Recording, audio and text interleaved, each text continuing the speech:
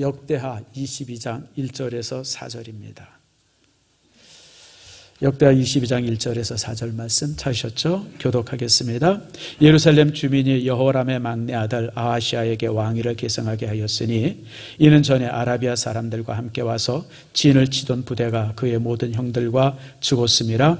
그러므로 유다 왕 여호람의 아들 아하시아가 왕이 되었더라.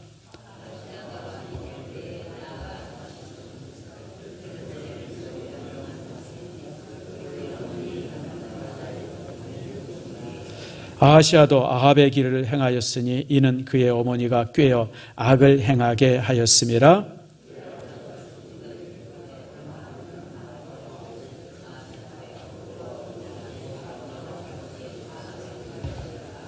아멘. 기도하겠습니다. 하나님 감사합니다. 이제 어제 우리 여전도 회원들 바자회 참 잘하게 하시고 또 이제 하나님께서 또 물질의 복도 주셔서 우리의 선교지에 이제 이렇게 강의실을 마련할 수 있는 참 놀라운 축복 주셨음을 감사합니다. 아름다운 아버지 하나님 방이 마련되게 하시고 그 방을 통해서 하나님 앞에 참으로 영광될 수 있도록 은총 내리워 주시옵소서. 오늘 뿐만 아니라 또 이제 이렇게 병상에 있는 또 이렇게 또 검사받기 위한 그런 우리 집사님 있습니다. 온전한 치료를 주시고 주의 놀라운 치유의 강소에 비춰주셔서 회복되도록 인도해 주시옵소서. 특별히 이제 파푸아에 수해가 있었다고 합니다. 물이 넘치지 않게 하시고 아버지의 센터가 잘 지켜줘서 하나님 앞에 영광 되게 해 주시옵소서. 오늘 시간 말씀을 나눌 때 말씀이 우리 모두에게 놀라운 은혜와 은총이 되기를 소망하며 예수님의 이름으로 기도드립니다. 아멘. 자, 우리 옆사람 한번 인사합시다. 축복합니다. 감사합니다. 하나 더 합시다. 어제 수고했습니다. 돈 쓰느라고 수고했고 또 와서 먹느라고 수고했고 4끼 5끼 먹느라고 수고 많으세요. 남전도 회원들은 진짜 새벽부터 나와서 저녁 늦게까지 이렇게 애써주신 우리 남전도 여전도 모두에게 진정으로 감사를 드립니다. 자, 제가 이제 퀴즈를 하나 내겠습니다. 제가 쭉 이름들을 열거할 텐데 공통점을 한번 찾아보세요. 여러분들이 공통점 찾는 사람들은 아주 훌륭한 사람입니다. 빨간 풍선, 결혼 작시 이혼 작곡, 반짝반짝 빛나는, 내 딸 금사월, 스카이 캐슬, 펜트하우스, 부부의 세계. 공통점이 뭐예요? 다들 뭔 소린가? 그럼 제가 사람 이름 한 3명의 이름을 좀 더 하죠. 문영남, 김순옥, 임성한. 자, 이렇게 그 사람 이름까지도 제가 됐는데 여러분 훌륭한 사람이에요. 이걸 모른다고 하는 사람은 정말 하나님의 사람입니다. 왜냐하면 제가 지금 말씀드린 이름이 뭐냐면 막장 드라마 이름입니다. 우리나라 TV에서 하는 막장 드라마들 있죠. 아무튼 저도 사실 드라마를 안 보니까 몰라가지고 이 막장 드라마 제목 찾느라고 아주 인터넷에서 아주 한참 찾았어요. 별별 얘기가 다 나오죠. 불륜은 아주 그냥 당연한 거고, 불륜하면 또 맞바람이 되고, 출생의 비밀이 있고, 결혼하려고 봤더니 어머니가 똑같대나, 무슨 아버지가 똑같대나, 무슨 이런 얘기. 어느 날 갑자기 죽었던 놈이 다시 살아 돌아오고, 아무튼 그냥 그 시어머니나 그 시누이 얘기는 아무튼 이게 상상을 초월하고, 아무튼 배신, 그냥 쓰레기들이 모두 모아진 드라마가 이제 막장 드라마입니다. 그런데 끝은 또 아주 또 재미난 게 또 이제 권선징악이에요. 끝은 항상 참 권선징악이 되어지고 그래서 이제 징벌이 주어지는데 주로 이제 그렇게 괴롭혔던 사람이 자살하거나 무슨 감옥에 가거나 치매가 되거나 무슨 죽거나 아무튼 이런저런 모습으로 이제 이렇게 되어지고 이제 막장 드라마죠. 우리나라가 이게 막장 드라마가 참 그래요. 그래서 예전에 우리 교회 하면 MBC인가 PD가 한 명 나왔었어요. 아주 저 지하에 있었던, 이제 이사 가는 바람에 이제 나왔는데, 내가 하도 답답해서 그분을 한번 만나가지고 얘기를 했어요. 왜 그렇게 아침 드라마가 막장이 많아요? 물어봤더니 이분 말이 또 걸작해. 목사님, 그러지 않으면 누가 봐요? 우리 유집사님 집 같은 집안 내용이 드라마로 나오면 누가 봐요? 아무도 안 보죠. 우리 권사님 집안 같은 집안 얘기 나오면 누가 봐요? 우리 집이랑 똑같은데. 그러니까 왜 막장 드라마를 만드냐면 그걸 그렇게 만들어야 사람이 본대로, 욕을 하면서도 본다는 거예요. 근데 이제 이 욕을 하면서 보는 이유가 뭐냐면 일종의 배설감입니다. 배설의 쾌감이죠. 그 배설의 쾌감이라는 얘기 종종 듣는데 여러분 이게 내용이 뭐냐면 우리는 똥냄새를 제일 싫어해요. 똥냄새를 제일 싫어하는데 뱃속 가득히 뭐가 있죠?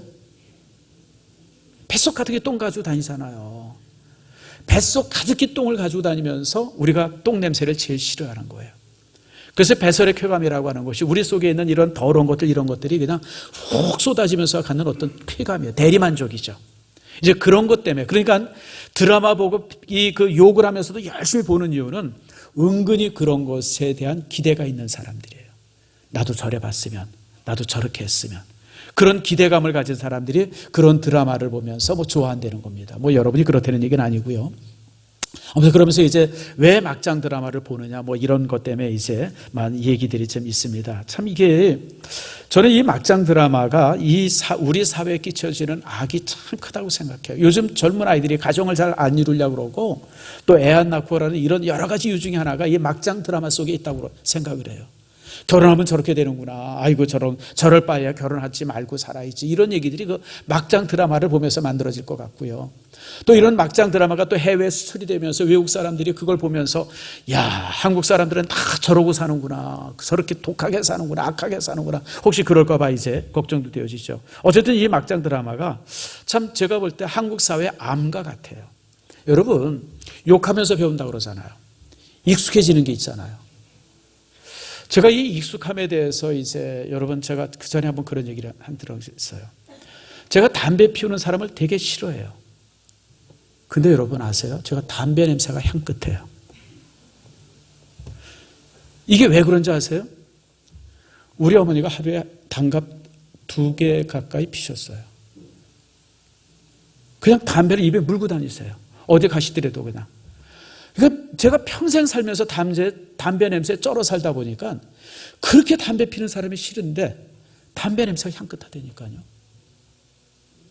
이게 익숙하다는 거예요.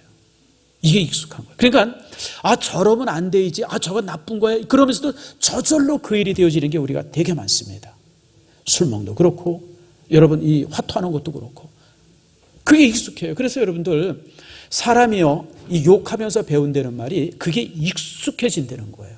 당연해진다는 거예요. 그러니까 결혼도 이렇게 보면요 어렸을 때 그냥 뭐 부모님들이 그냥 서로 싸우고 그냥 술 먹고 엄마 패고 아버지가 막 그러고 보면 그냥 내가 저거 그냥 아주 그냥 술이라면 이가 박박 깔린다고 그러는데 나중에 그런 처녀가 누구랑 결혼하냐면요 술 먹는 애랑 결혼해요. 왜냐하면 술 먹는 게 익숙해 보이기 때문에 그래요. 싫어하면서도. 그래서 여러분 막장 드라마를 욕하면서 보면서도 그게 익숙해지는 거예요. 그런 삶이 익숙해지는 겁니다.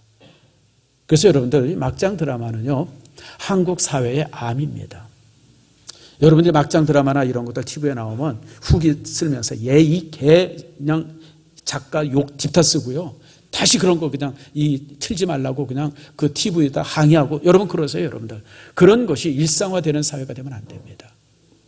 근데 제가 왜 이렇게 막장 드라마 얘기를 하냐면 오늘 제가 읽은 이 본문의 말씀이 이제 막장 드라마 중에 막장입니다. 며느리가 하나 들어왔어요. 오늘 이제 22장 보는데 그 며느리가 들어와서 이제 왕의 부인이 됐다가 자기 남편이 죽고 그렇게 되니까 이제 아들이 왕이 되잖아요. 근데 아들이 또 이제 이렇게 갑자기 죽었어요. 아들이 죽으니까 이 어머니가 가족들을 다 불러다가 싸그리 죽여버려요. 자식도 다 죽여버리고 손주도 다 죽여버립니다. 그리고 자기가 왕이 됩니다.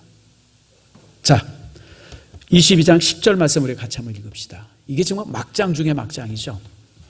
22장 10절 말씀 같이 읽습니다. 아하시아의 어머니 아달랴가 자기의 아들이 죽은 것을 보고 일어나 유다 집의 왕국의 씨를 모두 진멸하였으나 자기 손주들을 다 죽여요. 왜? 자기가 왕이 되려고. 또 이제 무슨 뭐 삼촌이나 무슨 뭐 이래가지고 다윗의 씨앗들. 그러니까 혹시 왕이 될 만한 사람들이 남아있는 사람들을 다 죽입니다. 그리고 자기가 왕이 되어져요. 그래서 이스라엘에게 있어서 가장 암흑의 시대를 만든 사람이 바로 이제 이 아달랴라고 하는 여인이에요. 한 여인이 가정에 잘못 들어와가지고 이렇게 드럼을 엉망으로 만들어버린 사건이 오늘 여기에 기록이 되고 있습니다. 그래서 사실은요, 최고의 막장 드라마는 임성한 작가가 쓴 게 아니라 여러분 오늘 성경에 아달랴라고 하는 이 여인이 최고의 막장 드라마를 써내려갑니다. 그래서 오늘 이 시간에 참 이런 저주받은 가문이 왜 만들어졌는가, 이런 부분들을 여러분들과 함께 나누면서 우리가 이제 은혜를 함께 나누려고 합니다. 이 비극이 왜 일어나냐면, 근데 이 가문이 어디 가냐면 다윗 왕의 가문입니다. 왕의 가문 속에 이런 비극이 일어나는 거예요. 이런 가문이 왜 일어났냐면 이제 여기서 지금 죽은 아하시아라고 하는 임금의 할아버지 때 이 단초가 만들어지기 시작합니다. 자, 성경을 좀 쭉 한번 봅시다. 역대하 17장, 바로 앞으로 넘어가서 17장을 다 펴보세요. 자, 제가 17장 1절에 10절에서 12절 말씀을 제가 있습니다.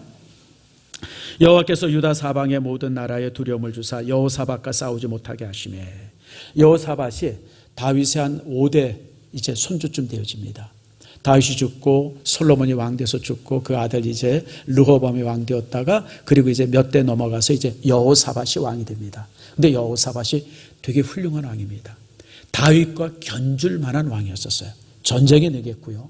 그리고 나라를 잘 다스렸습니다. 그래서 나라의 태평센대를 만듭니다. 오늘 10절 말씀이 바로 이제 바로 그 말씀이 오늘 내용입니다. 자, 20장도 한번 앞에 20장 말씀 한번 봅시다. 20장 몇 절을 보면 30절을 한번 펴보세요. 20장 30절에 보면 여호사밧의 나라가 태평하였으니 이는 그의 하나님이 사방에서 그들에게 평강을 주셨습니다. 그러니까 여호사밧이 나라를 다스릴 때가 다윗 시대와 방불할 정도로 평강했고 부강했고 강력했습니다. 주변의 나라들이 다 조공을 바쳤고요. 주변의 나라들이 감히 이 유다 나라와 전쟁을 하지를 못했어요. 또 이제 이제 무역도 잘하고 이 경제적으로도 잘해가지고 나라가 굉장히 부강했습니다. 그래서 오늘 우리가 20장에서 읽은 말씀처럼 이제 나라가 태평했어요. 평강을 줬어요. 태평선대의 시대를 다윗 시대 이후 솔로몬 시대 이후에 태평성대의 시대를 만든 것이 여호사밧입니다. 잘했죠? 아주 잘했습니다. 다시 말하면 다윗 시대 이후에 최고의 왕이 등극한 겁니다. 그가 바로 이제 여호사밧입니다. 그런데 이렇게 잘한 왕이 딱 한 번 실수를 합니다. 그 실수가 18장 1절입니다. 자, 18장 1절 말씀 한번 다 펴봅시다. 자, 같이 한번 읽겠습니다. 시작. 여호사밧이 부귀와 영광을 크게 떨쳤고 아합의 가문과 혼인함으로 인척 관계를 맺었더라. 여기에 문제가 되어졌어요. 여호사밧이 부귀와 영광을 크게 떨쳤어요. 굉장히 부유해졌고 이 영광을 가졌어요. 다윗 시대처럼 정말 쩌렁쩌렁 울리고 주변의 나라들이 다 굴복하는 그런 시대가 되어졌어요. 근데 이제 여호사밧이 그런 시대, 그런 이 나라를 만들기 위해서 북이스라엘과 아합 왕이죠. 그 당시 아합이 북이스라엘 다스렸는데 북이스라엘과 이제 협정을 맺습니다. 우리가 서로 전쟁하지 말고 서로 잘 지내자. 그러면서 뭐라고 그러냐면, 그러면 잘 지내려면 뭔가 증거가 있어야 되는데, 당신 딸을 우리 며느리를 좀 드립시다. 그래서 아합의 딸을 데려다가 자기 아들과 결혼시켜요. 그래서 이제 아합의 딸을 이제 며느리로 이제 데려옵니다. 그러면서 그러니까 이제 이 며느리가 들어와가지고, 며느리니까 얼마나 잘했겠어요. 아버지한테. 아무튼 살랑살랑하고 또 이제 잘했던 것 같아요. 그러다가 이제 이 나이가 돼서 여호사밧이 죽습니다. 여호사밧이 죽게 되어지니까, 그제 여호사밧의 아들인 여호람이 이제 왕이 되어집니다. 이제 왕이 되어지니까 이제 어떻게 돼요? 여호람이 왕이 되니까 이제 그 아합의 딸이 이제 여왕이 되잖아요. 자, 그때 여왕이 되니까 어떻게 했냐면 21장 펴봅시다. 역대하 21장 6절 말씀입니다. 같이 한번 읽겠습니다. 시작. 그가 이스라엘 왕들의 길로 행하여 아합의 짓과 같이 하였으니 이는 아합의 딸이 그의 아내가 되었음이라. 그가 여호와 보시기에 악을 행하였으나. 그러니까 그 아합의 딸이 누구냐면 아달랴인데, 이 아달랴가 여왕이 딱 되니까 자기 남편을 꼬시는 거예요. 여보. 그렇게 정치하면 안 돼. 그래가지고 되겠어? 그래가지고 온갖 악한 짓을, 남편을 통해서 악한 짓을 하기 시작합니다. 그래서 그 아버지 때에 이루어놓던 그 모든 영광과 평화를 그냥 다 없인 여겨버려요. 그래서 나라가 이제 엉망이 되어져요. 그러다가 이제 그 남편이 죽게 되어진 거예요. 그렇게 남편이 죽게 되어지니까 그 아들이 그 여러 있었는데 그 아들들이 이제 다 죽게 되어지니까, 그러니까 이제 그 아들을 이제 다시 왕으로 세웁니다. 그게 이제 오늘 읽었던 우리 본문 22장 1절 말씀입니다. 자, 1절 말씀 대가 봅시다. 예루살렘의 주인이 여호와의 막내 아들 아하시아에게 왕위를 계승하니. 왜 막내 아들이 이제 왕이 됐냐면 그 위에 형들이 전쟁터 나서 다 죽습니다. 그래가지고 이제 누구만 남냐면 아하시아만 남아요. 그러니까 이제 이 아하시아를 이제 왕으로 이제 세워요. 왕으로 세우는데, 자, 3절 말씀 봅시다. 3절을 같이 읽읍시다. 시작. 아하시아도 아합의 길로 행하였으니 이는 그의 어머니가 꾀어 악을 행하게 하였습니다.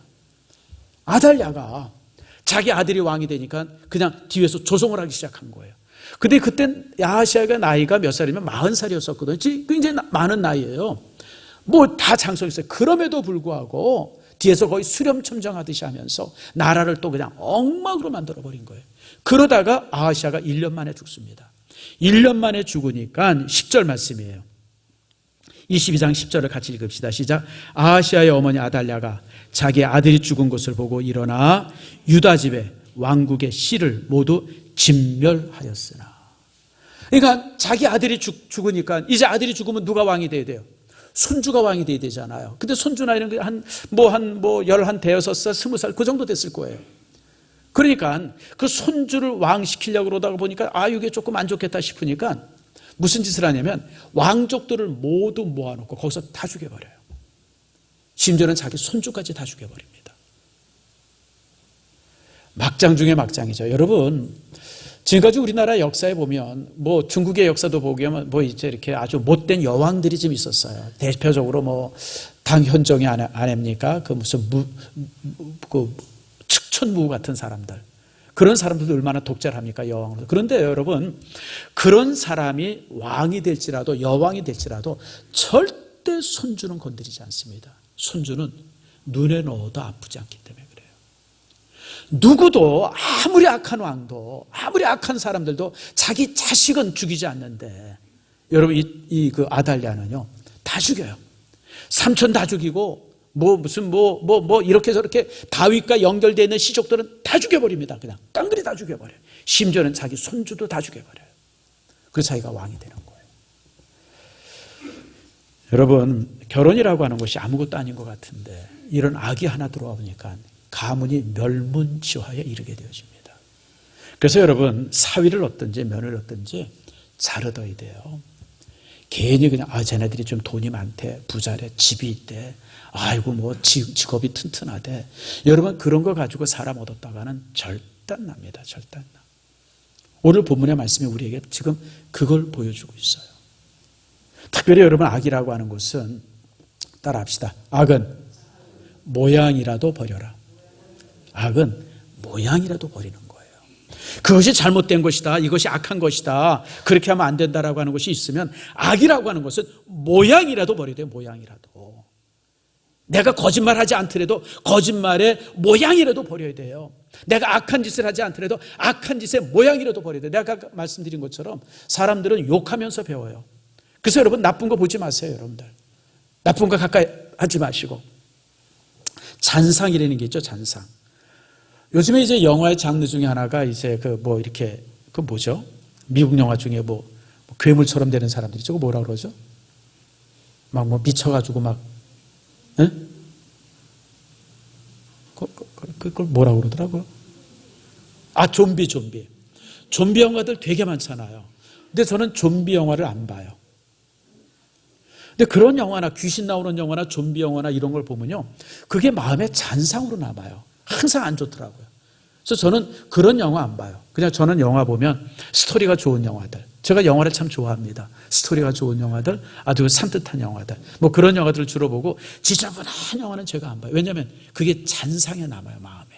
그래서 여러분들도 뭐 영화 보고 책 볼 수 있어요. 그런데 여러분들 책을 보든지 영화를 보든지 무슨 드라마를 보든지 할 때 나쁜 잔상이 남는 걸 보면 안 돼요. 삶도 마찬가지예요. 삶도 여러분 인생 속에 좀 좋지 않은 흔적을 남길 만한 것들이 있으면 여러분 그것들은 버릴 수 있는 과단성이 있어야 돼요. 그게 없으면 삶을 망칩니다. 우리나라가 예전에 참 우리나라가 이 바보 같은 나라가 여러분 난 참 그런 게 있었어요. 예전에 정부에서 이제 농민들 이렇게 그 수입을 좀 증대시킨다 그러면서 뭘 들여왔냐면 뭐 베스 또 황소개구리 또 뭐죠? 뭐 이런 것들 들여왔잖아요. 그거 들여서 이제 농민들 이제 이렇게 그 수입에 조금 이렇게 유익을 구전한다. 무슨 뭐 블루길 뭐 이런 것들 들여와가지고 농민들 좀 이게 수익 증대한다. 근데 여러분 그게 지금 우리나라 산하를 그냥 완전히 망쳐버렸어요. 베스 때문에요. 지금 이게 그 낚시질 하게 되면요. 뭐 잡힐 게 없어요. 잉어니 이런 것들 다 씨가 말라가지고. 베스가 또 아가리가 얼마나 큽니까 그냥. 아가리가 이만해가지고 그냥 주변에 있는 거 다 잡아먹어요 그냥. 황소개구리 난리. 이게 여러분들 아닌 건 아니어야지 작은 악이라도 허용을 하게 되어지면 그것이 나를 잡아먹어버려요. 여호사밧의 대표적인 케이스예요. 정말 하나님의 은혜 안에서 태평생대를 이루었으면 정말 잘 간직해야 되는데 아달랴라고 하는 여자를 그냥 그 며느리 하나 그냥 협정 맺는데 서로 그 인척관계 맺으면 좋지. 그냥 뭐 지가 뭘 하겠어.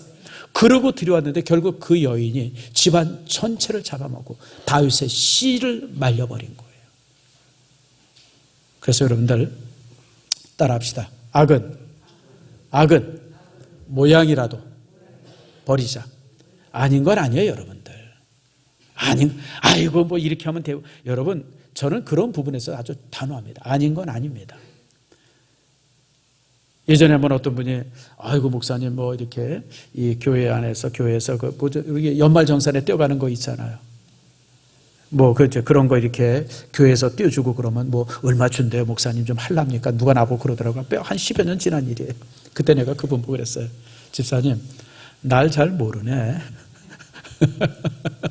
집사님 날 잘 모르는구나. 아니 그냥 목사님 그냥 그런 게 있다고 그냥 말씀 한번 드려본 거예요. 여러분 따라합시다. 악은 모양이라도 버려야 된다. 악은 모양이라도 버려야 돼요. 물론 우리가 실수할 수 있죠. 우리가 부족해서. 그러나 여러분 그런 것이 아무리 이익이 되어지고 교회에 무슨 뭐 누가 헌금을 많이 안 내는데 이거 영수증 하나 써주세요. 뭐 여러분 악은 모양이라도 버려야 돼요. 그것이 옳지 않으면 그것이 거짓이고 잘못된 것이라고 하면 여러분 가까이 하면 안 돼요. 그게 여러분 작은 건데 결국 그 작은 게 여러분의 인생을 망쳐요. 여호사밧처럼.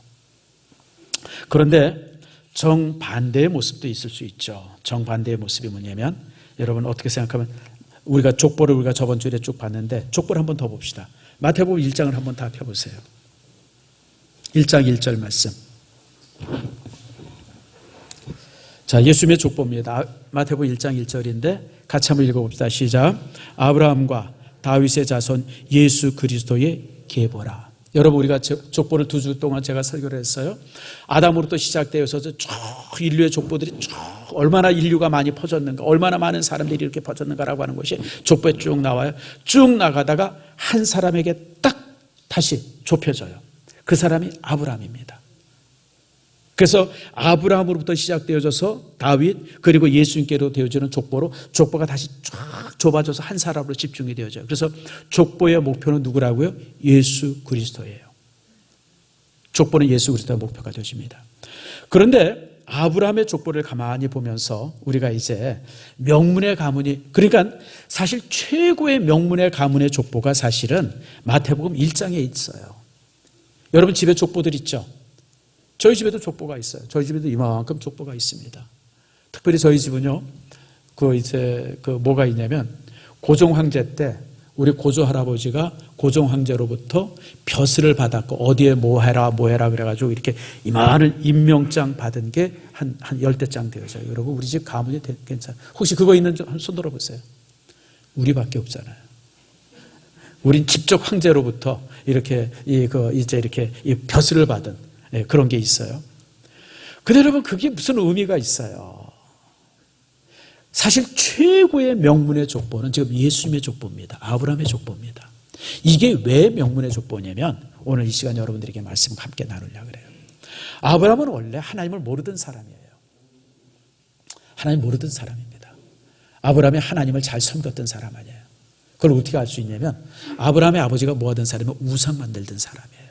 앉아가지고 부초상 만들고 앉아가지고 무슨 이렇게 우상 만들던 사람. 그 사람이 그가 아브라함의 아버지입니다. 그러니까 아브라함도 직업이 뭐예요? 그 당시 직업이 다 대를 이어서 했잖아요. 근데 아브라함도 똑같아요. 아버지처럼 우상 만들던 사람, 하나님과 상관없던 사람이에요. 아브라함도 실질적으로 뭐 알았긴 했겠죠. 하나님이 계시다는 건 알긴 했겠죠. 그런데 평생 직업이 뭐냐면 우상 만들어서 팔아가지고 먹고 살던 사람이 아브라함의 가문이에요. 그런데 그가 75살에 하나님을 만납니다. 75살에 하나님을 만나요. 자, 한번 창세기 12장 1절과 4절 말씀을 같이 한번 읽어봅시다. 자, 한번 읽읍시다. 시작. 여호와께서 아브라함에게 이르시되 너는 너의 고향 친척과 아버지의 집을 떠나 내가 네게 보여줄 땅으로 가라. 내가 너로 큰 민족을 이루고 네게 복을 주어 네 이름을 창대케 하리니 너는 복이 될지라. 너를 축복하는 자에게는 내가 복을 내리고 너를 저주하는 자에게는 내가 저주를 내리리니 땅의 모든 족속에 너로 말미암아 복을 얻을 것이라 하신지라. 이 아브라함이 여호와의 말씀을 따라갔고 롯도 그와 함께 갔으며 아브라함이 하란을 떠날 때에 75세였더라. 여러분, 아브라함은 75살까지 하나님을 모르던 사람이에요. 우상 만들던 사람이에요. 그러던 그가 75살에 하나님을 만나요. 하나님이 아브라함에게 찾아와서 약속합니다. 아브라함아, 내가 너를 택했다. 이제 내가 너에게 복을 줄 것이다. 너가 큰 민족을 이루게 할 것이고. 그 당시 아브라함은 자식이 없었어요. 아내와 이제 10살 차이였었는데 아브라함은 75세고 아내는 65살이었었어요. 장가는 잘 갔죠. 10살 차이니까. 장가는 잘 갔는데 아내가 애를 못 낳았어요. 근데 애를 못 낳아가지고 이제 그러고 사는데 하나님께서 아브라함이 뭐냐면 내가 네게 아이를 줄 것인데 그 아이로 인해서 너는 큰 민족이 되게 할 것이다. 그리고 그 다음에 뭐라고 그럽니까? 내 이름을 창대케 할 것이다.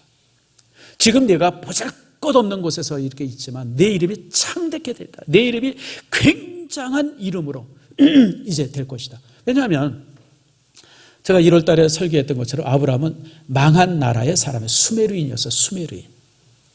아브라함은 수메르 사람입니다. 나라가 망했어요. 바벨론에서 멸망당했어요. 그래서 사람들이 다 뿔뿔이 흩어졌어요. 멸망한 나라의 사람이었어요. 그런데 멸망한 나라의 사람 아브라함을 향해서 내가 내 이름을 창대케 할 것이다. 그리고 내가 복의 근원이 되어지는데 너를 축복한 자는 축복하고 너를 저주하는 저주할 것이다. 너로 말미암아 모든 민족이 복을 받을 것이다. 창세기 3장 15절의 말씀이 여기에서 다시 되어지는 거예요. 하나님께서 창세기 15장에 뭐라고 말씀합니까? 여인의 후손이 뱀의 머리를 어떻게 해요? 부술 것이다. 다시 말하면 인류에게 임했던 모든 저주를 여인의 후손이 다 부셔버릴 것이다. 그 약속인데 지금 그 약속이 지금 아브라함에게 계속되고 있는 거예요. 아브라함아, 내 후손이 뱀의 머리를 부실 것이다. 그래서 모든 인류가 내 후손으로 인해서 어떻게 될 것이다?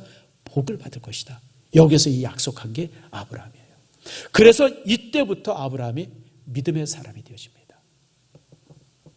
그리고 그 믿음이 지금부터 4,000년 전인데 그 하나님으로부터 알고 하나님으로부터 택함을 받고 하나님 앞에 약속을 받던 그 믿음이 4,000년 전에 아브라함으로 시작해서 지금까지 쭉 이어져 오고 있어요. 지금까지도 이 약속 속에 있어요.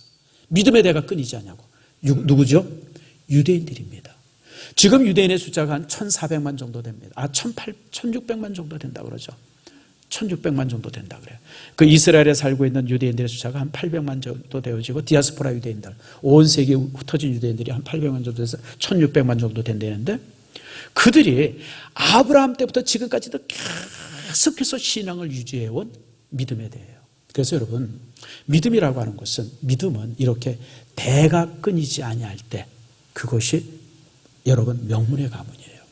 물론 훌륭한 사람도 있고 훌륭하지 않은 사람도 있을 수 있어요. 대단한 사람도 있어요. 대단하지 않은 사람도 있을 수 있어요. 정말 아하시아처럼 이렇게 가문을 그냥 끝장을 내버릴 만한 그런 사람도 있을 수 있었고 막 간당간당할 때도 있었지만 그럼에도 불구하고 믿음의 대가 계속 되어지는 것, 신앙의 대가 3대, 4대, 5대까지 되어지는 가문이 여러분 이게 최고의 가문이에요. 사실 저는 신앙의 1대입니다. 근데 우리 집사람은요 신앙이 5대째입니다. 초기 선교사한테 그 이제 아주 조상들이 이제 전도받았고 그때부터 이제 5대까지 이어져 온 게 우리 집사람이고 우리 이제 애들은 6대째 신앙의 대가 처가댁에서부터 이어져 내려오고 있어요. 여러분 이게 바로 이제 명문의 가문입니다. 신앙의 대가 끊이지 않고 계속 되어지는 가문이 명문의 가문입니다. 뿐만 아니라 명문의 가문은 오늘 아브라함에게 주었던 이 축복의 말씀이 그 가문이 계속 부여잡고 내려와야 돼요. 그러니까 유대인들은 지금도 이 말씀이 그들의 삶의 중심이 되는 말씀입니다. 내가 창대케 되어질 것이고 내가 큰 민족을 이룰 것이고 너로 인해서 모든 인류가 복을 받을 것이다. 이 세 가지 약속하시는데 그 세 가지 약속이 지금도 유대인들에게는 동일한 축복의 말씀이고 그 말씀 부여잡고 유대인들이 살아요. 지금 우리 예수 믿는 사람들도 마찬가지예요. 여러분들도 마찬가지예요. 우리가 부여잡고 그리고 우리가 가지고 우리가 이루고자 하는 말씀이 창세기 12장 1절에서 3절입니다. 여러분들이 가정을 위해서 기도할 때, 사업을 위해서 기도할 때, 여러분들이 자신을 위해서, 자녀를 위해서 기도할 때 항상 이 말씀 가지고 부여잡고 기도하세요. 하나님, 나와 내 후손들이 이 땅에 창대케 되어지고 이 땅에서 큰 민족을 이루게 하시고 그리고 우리가 우리 주변의 모든 사람들에게 복의 근원 되게 해 주시옵소서. 이것이 우리의 어떤 이제 우리 가훈이 되어야 돼요. 그래서 하나님의 꿈이 우리 자신의 꿈이 되어야 돼요. 자신의 꿈. 그래서 믿음의 대가 끊이지 않고 계속되어질 뿐 아니라 하나님의 꿈이 흐르는 그런 가문이 명문의 가문인 거예요. 아브라함의 가문이 그런 가문이었어요. 그래서 끊임없이 그 가문 속에서 메시아가 태어날 것을 기대했다가 결국 마태복음 1장에 나오는 것처럼 예수님이 그 아브라함의 가문 속에서 태어나게 되어지는 거예요. 그래서 여러분들 신앙의 가문은 신앙의 대가 끊이지 아니하고 신앙의 대가 끊이지 할 뿐 아니라 하나님의 꿈이 계속해서 그 가문의 꿈이 되어야 돼요. 그리고 결정적인 게 또 하나 있어요. 아브라함의 가문을 이렇게 살펴보면 이 쓰이지 말아야 될, 여기 들어가서는 안 될 사람들의 이름들이 쭉 나열되고 있어요. 그게 특별히 여자들이에요. 마태복음 1장에 보면 4여자가 나옵니다. 자, 한번 볼까요? 어떤 여자가 나오나? 따라 한번 같이 한번 읽어봅시다. 시작. 유다는 다멜에게서 베레스와 셀랴를 낳고 살몬은 라합에게서 보아스를 낳고 보아스는 루색에서 오벳을 낳고 다윗은 우리아의 아내에게서 솔로몬을 낳고. 자, 여기 봅시다. 다말은 어떤 여자예요? 다말은 원래 유다의 며느리입니다. 첫째 며느리예요. 근데 첫째 며느리인데 다말이 애를 낳지 못하고 남편이 죽어버렸어요. 유대인들은 이제 상속을 이어진다라고 해가지고 이제 이 형의 아내가 죽으면 형의 가문을 잇기 위해서 둘째가 형이랑 결혼을 하게 돼 있어요. 그래가지고 이걸 갖다가 이제 이런 결혼이 유대 민족이 아주 독특한 풍습인데 둘째가 결혼했는데 둘째도 죽어버렸어요. 셋째도 잘못해서 죽고. 이래 보니까 이 다말이 그냥 이 대를 이을 자식을 못 낳은 거예요. 그래가지고 이제 다말이 이제 고향으로 이제 넌 안 되겠다. 그러니까 유다가 가만히 보니까 아이고 저게 남편 잡아먹는 귀신이구나 싶어가지고 고향으로 보내버렸어요. 그러니까 다말이 가만히 있다가 꾀를 냈습니다. 뭘 내냐면 창녀처럼 변장을 하고 유다와 같이 동침을 합니다. 여기도 또 막장이긴 해요. 그래도 자식을 낳는데 그가 이제 베레스와 셀라입니다. 그래서 유다의 가문이 그렇게 이어져가요. 정상 아니죠? 여러분 아무리 그래도 어떻게 시아버지랑 거시기를 해요. 이게 말이 안 되죠. 자, 그 다음에 이제 살몬은 라합에게서 보아스를 낳고, 그러니까 라합은 누구냐면 살몬과 결혼한 여인인데 라합이 누구냐면 창녀입니다. 성경에 기생이라고 나온 여자들은 다 창녀입니다. 그냥 창녀라고 표현하 쓰기가 좀 거시기 하니까 항상 기생이라고 썼어요. 기생, 라합, 기생 누구 그러면 다 창녀입니다. 몸파는 창녀. 다시 말하면 라합은 창녀예요. 창녀인 그가 살몬에게서 결혼해서 보아스를 낳은 거예요. 자, 그 다음에 보아스는 룻에게서 오벳을 낳고, 룻은 아주 현숙한 여인이지만 그러나 룻은 또 뭐죠? 모함 여인이었어요. 이방 여인이었었어요. 다윗은 우리아의 아내에게서 솔로몬을 낳는데 우리아의 아내가 누굽니까? 누구죠? 밧세바. 얘가 요물이에요. 얘가 요물. 남편이 지금 전쟁터에 나가서 막 전쟁을 하고 있어요. 우리아가 전쟁터에 나가서, 우리아는 장군이거든요. 집에 혼자 있다가 가만히 보니까 왕이 오후쯤 되어지만 성 이 위에서 이렇게 왔다 갔다 산책을 하는 걸 봤어요. 그래서 왕의 왔다 갔다 하는 시간에 딱 맞춰서 마당에 물 받아놓고 목욕을 했어요. 지나가다가 어이구 저게 누구야? 다시 말하면 밧세바는 상간녀예요. 그래 아주 나쁜 여자예요. 솔직히 얘기하면. 어떻게 자기 남편이 전쟁터에 나가 있는데 거기서 왕을 유혹하고자 하는 그런 생각을 했겠어요. 정말 나쁜 여자죠. 사실 그래서 요 네 여자들 쭉 돌아봤을 때 가장 나쁜 여자 꼽으라 그러면 우리아의 아내 밧세바입니다. 남편 이제 전쟁터에 나갔을 때, 아니 여자가 목욕하면 어디서 목욕해야 돼요? 집 안에 들어가서 숨어서 목욕해야죠. 그리고 목욕은 언제 해요? 낮에요? 밤에요? 밤에 하잖아요. 근데 왜 벌건 대낮에 마당에 나가가지고 물 받아놓고 진짜 누구를 맞다는 뭔 이런 짓을 해요. 정말 나쁜 여자죠. 그리고 나중에 이제 솔로몬을 왕으로 시키는 과정을 봐도 이 여자가 얼마나 참 무서운 여인인가를 우리가 보게 되어지죠. 하여튼 그런 여인들이 예수님의 족보 속에 기록이 되어져요. 사실 누구 하나 예수님의 족보 안에 들어갈 만한 여인, 룻 정도로, 그래도 이방의 여인이지만 그래도 룻은 현숙한 사람이니까 룻 정도는 그래도 이제 생각을 했는데 나머지 여자들은 아니에요. 다말도 아니에요. 라합은 또 창녀이기 때문에 이 여자도 아니에요. 그리고 밧세바는 더더욱 그래요. 그런데 이들이 예수의 족보 안에 포함이 되어져요. 왜냐하면 변화되어진 거예요. 회복되어진 겁니다. 새로워진 거예요. 그 속에서. 다시 말하면 명문의 가문은 어떤 가문이냐? 회복이 있는 가문이에요. 여러분, 가문이, 믿음의 가문들이, 신앙의 가문들이 잘 되어져도요, 항상 보게 되어지면 이렇고 저렇고 어려운 일도 종종 생겨요. 그런 어려운 일이 있을 때마다 항상 가정에 들어오면 회복이 돼야 돼요. 세상에 나가서 피로하고 힘들고 어렵고 막 그러더라도 정말 가정 안에 들어오면, 믿음 안에 이 가정 속에 들어오면 그곳에서 회복이 되어져요. 그게 정말 신앙인의 가문이에요. 제가 좋아하는 말씀이 하나 있습니다. 시편 128편인데요. 같이 한번 읽읍시다. 시작. 내 집 안방에 있는 내 아내는 결실한 포도나무 같으며. 저는 이 말씀을 되게 좋아해요. 여러분, 모든 여인들은 밑줄을 딱 그세요. 이 말씀을 찾아서. 아내는 결실한 포도나무 같아야 돼요.